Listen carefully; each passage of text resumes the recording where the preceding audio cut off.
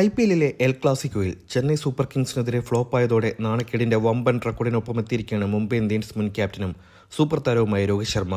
ചെപ്പോക്കിൽ നടന്ന സൂപ്പർ പോരാട്ടത്തിൽ നേരിട്ട 4ാമത്തെ ബോളിൽ തന്നെ ഹിറ്റ്മാൻ അക്കൗണ്ട് തുറക്കാനാവാതെ നിരാശനായി ക്രീസ് വിടുകയായിരുന്നു.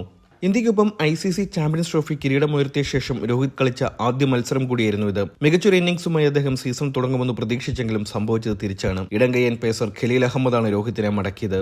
IPL ഏറ്റവും അധികം തവണ ഡെക്കായ താരങ്ങളുടെ ലിസ്റ്റിൽ തലപ്പത്തേക്ക് കയറിയിരിക്കുകയാണ് രോഹിത് ശർമ്മ. ചെന്നൈ സൂപ്പർ കിങ്സിനെതിരെ 0 മടങ്ങിയതോടെ അദ്ദേഹത്തിന്റെ ഇതുവരെയുള്ള ഡെക്കുകളുടെ സമ്പാദ്യം 18 ഉയർന്നു. ഇതോടെ ഓൾ ടൈം റെക്കോർഡിനൊപ്പം രോഹിത് ശർമ്മ എത്തുകയും ചെയ്തു. മുൻ ഇന്ത്യൻ വിക്കറ്റ് കീപ്പർ ദിനേശ് കാർത്തിക്കും ഓസ്ട്രേലിയൻ സ്റ്റാർ ഓൾറൗണ്ടർ ഗ്ലെൻ മാക്സ്വെല്ലുമാണ് 18 ഡെക്കുകളുമായി നേരത്തെ നാണക്കേടിന്റെ ലിസ്റ്റിൽ തലപ്പത്തുണ്ടായിരുന്നത്. ഇപ്പോൾ രോഹിത്തും ഇവർക്കൊപ്പം എത്തിയിരിക്കുകയാണ്. ദിനേശ് കാർത്തിക് ക്രിക്കറ്റിൽ നിന്നും വിരമിച്ചു കഴിഞ്ഞാൽ ഇനി ഡെക്കിലെ പുതിയ കിങ് ആരെന്ന കാര്യത്തിൽ രോഹിത്തും മാക്സിയും തമ്മിലായിരിക്കും പ്രധാനപ്പെട്ട മത്സരം. ചെന്നൈ സൂപ്പർ കിങ്സിനെതിരെ വെറും 4 ബോളുകളുടെ ആയുസ് മാത്രമേ രോഹിത് ശർമ്മയ്ക്ക് ഉണ്ടായിരുന്നുള്ളൂ. ഇടംകയ്യൻ പേസർമാർക്കെതിരെ കരിയറിൽ പലപ്പോഴും ബുദ്ധിമുട്ടിയിട്ടുള്ള രോഹിത് ഈ മത്സരത്തിലും ഇത് ആവർത്തിച്ചു. ഖലീൽ അഹമ്മദിന്റെ ബോളിലാണ് ഹിറ്റ്മാൻ വീണതും. ആദ്യ ഓവറിൽ സ്ട്രൈക്ക് നേരിട്ടത് രോഹിത്തായിരുന്നു. ആദ്യത്തെ ബോളിൽ റണ്ണൊന്നുമില്ല. എന്നാൽ അടുത്ത പന്തിൽ അദ്ദേഹം ബീറ്റ് ചെയ്യപ്പെട്ടു.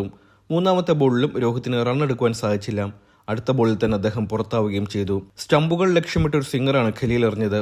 ഒരു ഫ്ലിക്ക് ഷോട്ടിലൂടെ ബൗണ്ടറി നേടാനാണ് രോഹിത് ശ്രമിച്ചതും. പക്ഷേ ടൈമിംഗ് പാടെ പിഴയ്ക്കുകയായിരുന്നു. മിഡ് വിക്കറ്റ് ഏരിയയിൽ നേരെ ശിവൻ ദുബെയുടെ കൈകളിൽ അദ്ദേഹം കുരുങ്ങി. ഇതോടെ തല താഴ്ത്തി ഹിറ്റ്മാൻ മടങ്ങുകയും ചെയ്തു.